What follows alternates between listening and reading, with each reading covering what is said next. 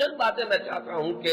ترکی کی تاریخ کے بارے میں بھی، ظاہر بات اس وقت تفصیل کے ساتھ تو بیان کا امکان نہیں، چند باتیں میں چاہتا ہوں کہ سیلینٹ فیچرز آپ حضرات کے سامنے آئے۔ یوں سمجھیے کہ 13ویں صدی عیسوی، یہ 20ویں صدی عیسوی ختم ہو رہی ہے آج سے 700 سال پہلے کے ماحول میں، اس وقت خلافت بنو عباس کا خاتمہ، 1258 عیسوی، فال آف بغداد، تاتاریوں کے ہاتھوں بغداد کی تباہی، اور خلافت بنو عباس کا چراغ گل ہو۔ عربوں کی سیادت و قیادت اس وقت سے ختم، جو خلا پیدا ہوا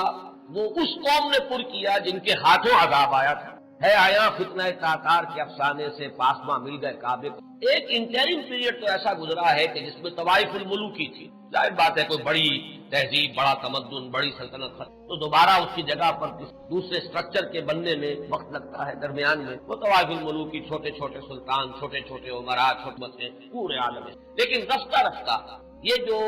ترک ایک اصل میں یوں سمجھیے کہ ایک نسل ہے، قوم ہے۔ ہم مغل کو علیحدہ سمجھتے ہیں، ترکوں کا اصل میں ملک بھی ترک ہے، یہ سب ترکان ہیں، ان کی مختلف نسلیں۔ ترکان تیموری کو ہم مغل کہتے ہیں، ترکان صفوی کی حکومت قائم ہوئی ایران میں، ترکان تیموری یعنی مغلوں کی بہت بڑی مملکت قائم ہوئی۔ ترکان سلجوقی سب سے پہلے دائرہ اسلام میں داخل ہوئے تھے،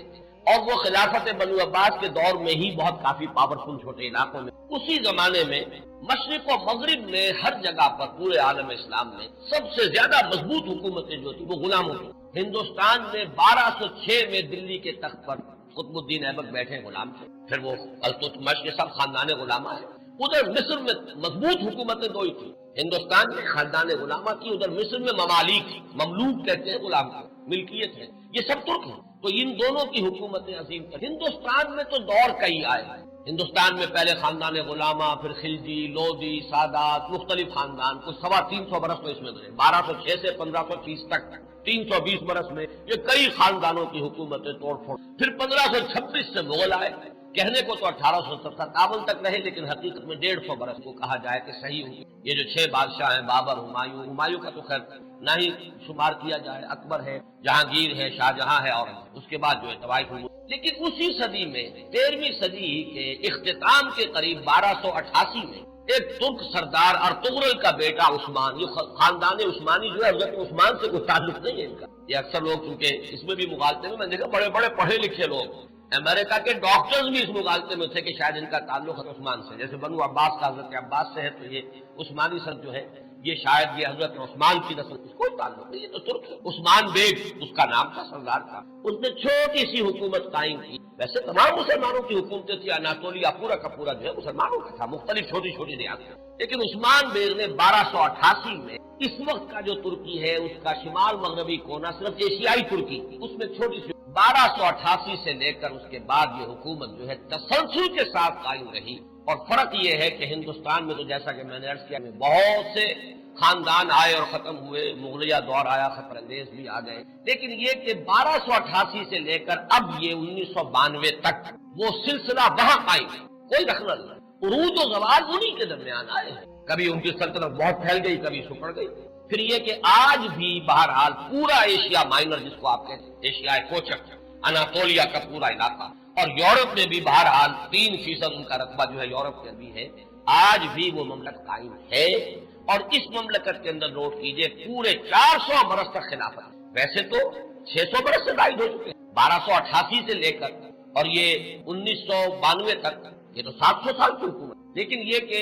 خلافت جو ہے وہ 1520 سے شروع، یہ ذرا ذہن میں رکھیے، جبکہ انہوں نے حجاز کو بھی فتح کر لیا، مصر کو بھی فتح کر لیا، عظیم ترین 3 بر اعظموں پر دنیا میں کوئی اور حکومت اور کوئی اور سلطنت اتنی عظیم نہیں تھی جتنی کہ اس وقت پورا حجاز، پورا یمن، پورا عراق، شام، مصر، اور پھر یہ لیبیا، الجزائر، تیونس تک، یہ سب کے سب پورا ایشیا مائنر، اور جیسا کہ میں نے عرض کیا بہت بڑا رقبہ، تمام بلقان سٹیٹس، ہنگری اور یہ علاقے جو ہیں یوگوسلاویا، سب کے سب جو ہیں یہ ایک مملکت، 3 بر اعظموں۔ تو 1520 سے خلافت، اور 1920 سے لے کر 1924 4 سال میں درجہ بدرجہ ختم ہو، وہ بھی میں آج آپ کو بتاؤں گا کہ وہ درجے کیا ہیں۔ ایک دم ختم نہیں ہوئی، اس کے اندر کچھ وقت لگا ہے، 4 سال کے عرصے میں وہ نیچے گری ہے، 400 برس تک قائم رہی، اور 4 برس میں پھر وہ، اور خاص طور پر یہ پوائنٹ نوٹ کرنے کا ہے کہ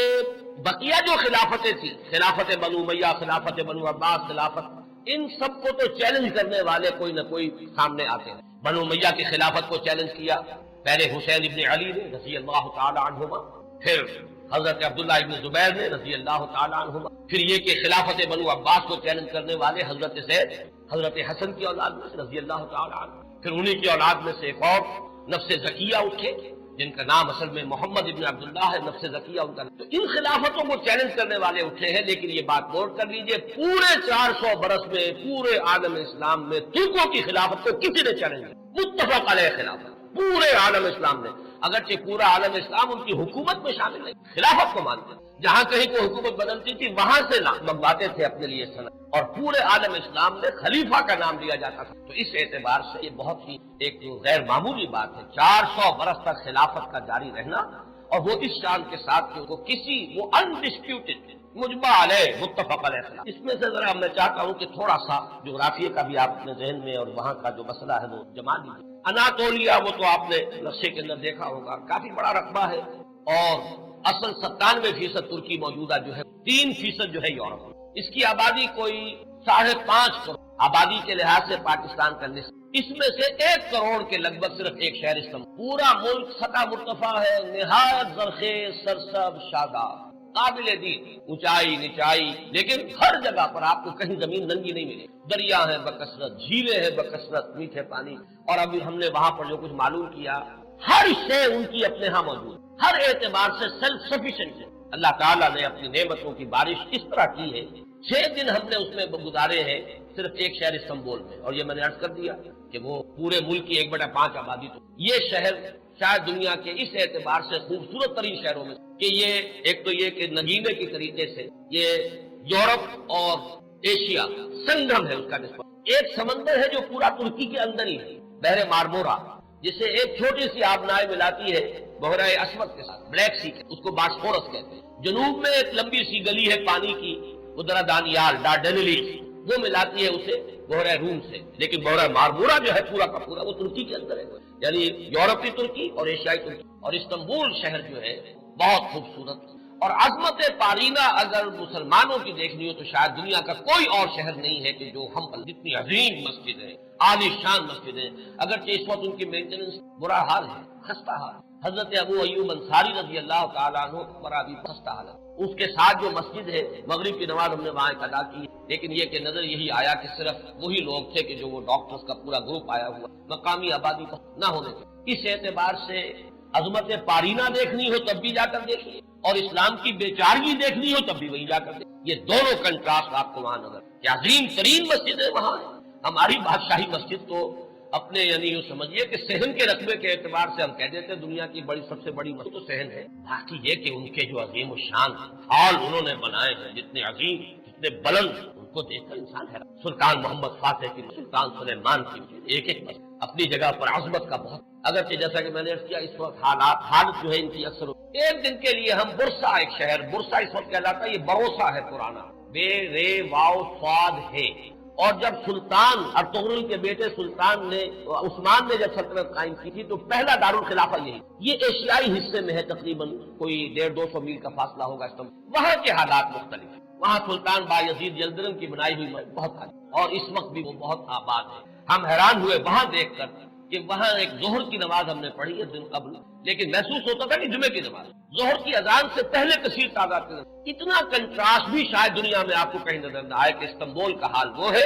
کہ حضرت ابو ایوب انصاری کی مسجد جو ہے وہ بھی ویران پڑی ہوئی ہے رضی اللہ تعالیٰ عنہ، لیکن یہ کہ برسا کے اندر جا کر آپ دیکھیے تو وہاں پر یہ ہے کہ ظہر کی نماز ایسا محسوس ہے جو جمعے کی نماز، اذان سے پہلے نصف مسجد کے بعد جو، اور پاکستانیوں سے نہایت محبت وہ بھی وہی نظر آتی ہے استنبول میں۔ استنبول تو ہر اعتبار سے مغربی تہذیب بری طریقے سے یوں سمجھیے کہ پوری طرح گم ہوئی، وہاں آپ محسوس نہیں کر سکتے کہ کوئی مسلمان نہیں۔ باقی یہ کہ جیسا کہ میں نے ابھی عرض کیا تھا کہ اگرچہ اللہ تعالیٰ نے اپنی دولت جو ہے مادی دولت کے خزانے ہر طرح سے، لیکن معاشی حالات نہایت ناگفتہ میں، انفلیشن آسمان سے باتیں کر، کرنسی کی قیمت اس تیزی کے ساتھ گرتی ہے، وہ کچھ اعداد و شمار لے کے آئے ہیں میرے ساتھ، چونکہ چھوٹے بھائی برادر اقتدار احمد تھے، ندا میں انشاءاللہ تعالیٰ وہ چیز سے آئیں گے فیکٹس اینڈ فگرز کے، کہ کس طرح ہر مہینے ان کی جو کسی ہے اس کی، اور کس طرح یہودیوں نے انہیں ٹنڈل کر، اور پوری معیشت جو ہے یہودیوں کے قبضے میں ہے، ان کے ہاں ہر چیز جو ہے کنزیومر گڈ بس اس کی کھپت جو خرچ کر دینے والی چیزیں ہیں، لباس ہے، محتاط بازاروں میں بھری نظر آئے گی، لیکن یہ ہے کہ ان کی جو یعنی یوں سمجھیے کہ شراب پانی کی ایک عجیب کنٹراسٹ ہے اس اعتبار، خنزیر وہاں نہیں کھایا جائے، لہذا یہ تو اطمینان ہوتا ہے آپ جہاں جائیں جا کے کھانا کھا لیں، آپ کو پتا ہے یہاں حرام چیز کھانے میں نہیں، لیکن شراب پانی کی طرف یہ بھی تضاد ہے۔ یہاں تک کہ واقعہ یہ ہے کہ ہمارا ایک گائیڈ تھا، اس نے کہا بڑے ہی فخر کے ساتھ، ایک جگہ جب ہم جا رہے تھے حضرت ابو انصاری رضی اللہ تعالیٰ عنہ کی طرف سے ایک علاقہ بتایا، اور اس نے کہا یہ اتنے ریسٹوران جو آپ کو نظر آ رہے ہیں یہ سب شراب اور ہر جگہ ہے، لیکن رمضان میں یہ سب بند ہوتے ہیں، رمضان میں ہم شراب نہیں پیتے۔ ہم نے کہا رمضان ہی میں نہیں پیتے تو یہ باقی شراب ہے تو باقی تو پیتے ہیں۔ کسی نے پوچھ لیا کیا روتے؟ ہاں بالکل کوئی اس کے اندر کوئی گلٹ کی کانشیس کی طرح کی کوئی انہی درجے کی کوئی شرمندگی خود نہیں، لیکن رمضان میں یہ سب بند، رمضان میں۔ تو میں نے کہا کہ اللہ کرے کہ یہ رمضان ہی پورا سال ہو جائے، کوئی ایسی شکل بن جائے کہ پورا سال ہر روز عید میں اس کے حلوہ خورت کسے، اللہ کرے کہ پورا سال جو ہے وہ رمضانی کی شکل بن جائے تاکہ وہاں سے شراب کی لعنت کا۔ لیکن اس کے علاوہ معین شخص ہوگا دجال، یہ معین شخص جو دجال ہوگا اس کے بارے میں بھی ایک تو بالکل متفق علیہ چیزیں ہیں۔ نمبر ایک کہ وہ شخص ہے، قطعی ہے، یقینی ہے، اس کا حلیہ بھی حضور صلی اللہ علیہ وسلم نے احادیث۔ دوسری بات یہ کہ اس کے ہاتھ میں قوانین قدرت، گویا کہ تسخیر کائنات، گویا کہ نقطۂ عروج کو پہنچے، تمام اختیارات الہی تقریباً اس کے ہاتھ میں آ چکے۔ جو بڑے سے بڑے معجزے اللہ تعالیٰ نے نبیوں کو دیے ہیں وہ معجزے کر کے دکھائے گا، وہ مردہ کو زندہ کرے، مردہ لوگوں کی افواہوں کو لے کر آئے گا، ان کی روحوں کو، اگرچہ جھوٹی روحیں ہوں گی، وہ شیاطین جن ہوں گے جو ان کا بھیس بدل کر آئیں گے، لیکن یہ کہ وہ لوگوں سے کلام کریں گے۔ یہ اسپرچوئلزم جو اپنی انتہا کو پہنچا ہوا ہے یورپ میں اور مغرب، یہ در حقیقت اسی کا ایک مت، وہ کھلے بیابان کو کہے گا جہاں بالکل ڈٹیل جو ہے وہ صحرا تھا تو گلزار کر دے گا، جب چاہے گا جہاں چاہے گا بارش کر، فاصلہ اس کے لیے بے معنی، اس کی سواری وہ ہوگی کہ جس کے دونوں کانوں کے درمیان فاصلہ 80 ہاتھ کا۔ یہ سارے جو آج آپ کی ٹیکنالوجی جو انتہا جا رہی ہے اور جدھر جا رہی ہے اس کو اچھی طرح سمجھیے۔ آج سے 100 سال پہلے شاید انسان ان چیزوں کا تصور، وہ کوئی سواری ایسی بھی ہو سکتی ہے جس کے دو کانوں کے درمیان کا فاصلہ جو ہے وہ 80 ہاتھ کا ہو۔ آپ کے یہ سارے جیٹس وہ کیا ہیں، ان کے رڈار جو لگے ہوئے ہیں دونوں کان، اس کا ایک قدم اگر مدینے میں ہوگا تو دوسرا بیت المقدس، اس کی آواز پوری دنیا سنی جا رہی ہے کہ نہیں۔ یہ ساری قوتیں تسخیر کائنات کلیتاً ایک آدمی کو چیر کر دو ٹکڑے کرے گا، دونوں ٹکڑوں کو علیحدہ کرے گا، ان درمیان چلے گا اور پھر ان دونوں کو جوڑے گا اور کھڑا کرے گا۔ احادیث میں سرجری جدھر جا رہی ہے وہ جب نہیں کہ وہاں تک آدمی فریز کر کے تو یہ معاملہ ہو ہی سکتا ہے، لیکن یہ کہ ابھی اگلا اور قدم کچھ نہیں کہہ سکتا۔ یہ چیزیں تو ہے متفق علیہ، البتہ کچھ معاملات کے اندر احادیث اختلاف پایا جاتا ہے اور یہ مشکلات الحدیث، اور میں بھی چونکہ اس مسئلے میں اب تک بھی اسی درجے میں ابھی قطعیت کے ساتھ میں کوئی بات نہیں کہہ پا رہا ہوں، لیکن اب چونکہ گمان غالب کے درجے ایک رائے تک پہنچ چکا ہوں، اس لیے میں نے آج اس بات کو آپ تک پہنچانے کے عنوان سے، اس لیے کہ حدیث میں جو آتی ہے تفاصیل سے معلوم ہوتا ہے کہ یہ دجال دو دجل کرے، یا تو وہ دو دجل کرنے والے دو دجال علیحدہ ہیں، یا یہ دونوں دلیل کرنے والا شخص ایک ہی ہے۔ بس یہ مسئلہ ہے کہ جو آج تک حل نہیں ہوا تھا، اب تک کہنا چاہیے آج تک، اور یہ اس میں علماء سے بھی ہوئی ہے اور جن لوگ مفہوم موضوعات پر اپنا وقت لگایا ہے ان سے بھی گفتگو ہوئی ہے، تو وہ بھی اس مسئلے کو حل کرنے سے تاحال قاصر۔ لیکن یہ کہ اب میری رائے یہ ہے کہ یہ سب سے علیحدہ، واللہ عالم، لیکن ایک رائے تک میں پہنچ چکا ہوں، اس لیے وہ رائے آپ کے سامنے رکھ رہا ہوں، اور آپ کے ذریعے سے وہ آگے بھی پھیلے گی تو اہل علم کے ساتھ جو ہے اس معاملے کے اندر تبادلہ خیالات کی نوبت آئے گی انشاءاللہ۔ لیکن یہ کہ اس میں یہ بات قطعی اور یقینی ہے اس طرح کا ایک شخص پیدا ہوگا،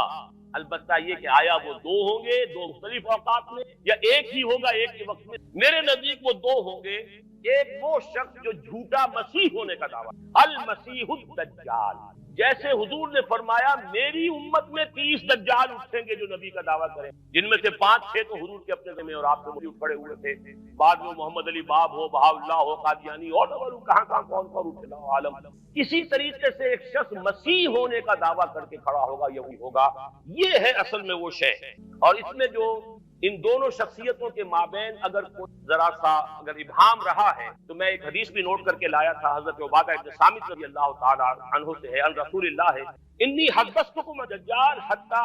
خشیت اللہ تقتلوا، میں نے تمہیں دجال کے بارے میں بہت سی باتیں بتائی ہیں تو مجھے یہ گمان ہوا کہ شاید تم اسے سمجھ نہ پاؤ۔ یہ اندیشہ خود حضور صلی اللہ علیہ وسلم کو ہوا ہے اور یہ سنن ابی داؤد کی روایت ہے۔ بہرحال میں جو کچھ عرض کر رہا ہوں کہ میں اس رائے تک پہنچا ہوں کہ یہ دو علیحدہ شخصیتیں ہیں۔ ایک تو یہ ہے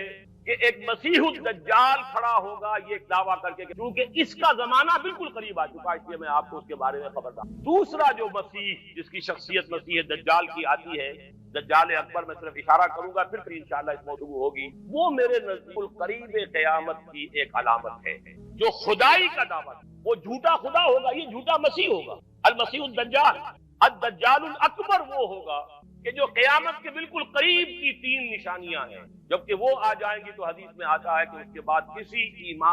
کے ایمان لانے کا، توبہ کرنے کا فائدہ نہیں۔ ویسے تو علامات قیامت جو ہے ان میں سب سے پہلی میں نے بتایا تھا حضور کی بعثت خود علامات میں، اس کے بعد 10 علامتیں ہم نے گنوائی ہیں اور وہ تدریجاً پوری ہوتی چلی جائیں گی۔ آخری علامات کے لیجیے، عن ابی ہریرہ رضی اللہ تعالی عنہ قال قال رسول اللہ صلی اللہ علیہ وسلم ثلاث اذا خرجنا لا ينفع نفسا ایمانا لم تكن آمنت من قبل او کسبت فی ایمانها خیرا، طلوع الشمس من المغرب وخروج الدجال ودابت۔ تین نشانیاں وہ ہیں کہ جب وہ ظاہر ہو جائیں گی تو پھر کسی کا ایمان لانا ممکن ہوگا جو پہلے ایمان نہیں لایا تھا، یا جس نے اس سے قبل اپنے ایمان میں کچھ اعمال صالحہ کی کمائی میں، یعنی گویا کہ توبہ کا دروازہ بند۔ جیسے جب موت کے آثار شروع ہو جاتے ہیں تو توبہ کا دروازہ انسان کے لیے بند، اب جب موت کے آثار شروع ہو گئے اب توبہ کرنا فائدہ نہیں، اس سے پہلے توبہ کا دروازہ کھلا۔ معلم یغرغر، جبکہ وہ موت کے آثار شروع تھے، گھنگرو بولنا شروع ہو جاتا ہے، معلوم ہوتا کہ اب جا رہا ہے، اب توبہ بھی۔ اسی طریقے سے پوری نوع انسانی کے لیے توبہ کا دروازہ، اب کس توبہ نہیں، اور اس کے لیے تین علامتیں بیان ہوئی ہیں، یہ بھی مسلم شریف کی روایت ہے۔ آپ نے فرمایا تین چیزیں وہ ہیں کہ جب وہ ظاہر ہو گئیں تو پھر کسی کا ایمان لانا جو اس سے پہلے ایمان نہیں لایا تھا اور اپنے ایمان میں اس نے کچھ اعمال صالحہ کی کمائی نہیں کی تھی، اب ختم ہوگا اس کے لیے ایمان لانا۔ وہ تین نشانیاں ہیں، طلوع الشمس من المغرب، سورج مغرب، نظام شمسی میں کوئی اختلال ایسا ہوگا کہ جس سے سورج بجائے مغرب سے نکلے گا، وہ خروج الدجال ودابت الارض، ایک زمین سے کوئی چوپایا برآمد ہوگا۔ بعض احادیث میں آتا ہے کہ مروا کی طرح وہ برآمد گفتگو کرے گا انسانوں سے، بالکل خرق عادت، یعنی وہ چیز جن کا کوئی تعلق اب اسباب جو ہے دنیا کے ان سے کوئی تعلق نہیں، کوئی فزیکل لا سے تعلق، بالکل معجزے ہوں گے، خرق عادت ہو۔ اور خروج دجال، وہ دجال جو خدائی کا، اور حدیث میں آتا ہے کہ بہت کم لوگ ہوں گے کہ جو اس کے سامنے رک سکیں گے، اکثر و بیشتر جو کمزور ایمان والے لوگ خدا کا شروع کر دیں۔ میرے نزدیک یہ آخری چھلنی ہو گئی جائے گی اہل ایمان کو، اور یہ قیامت کی نشانیوں میں سے آخری ہے۔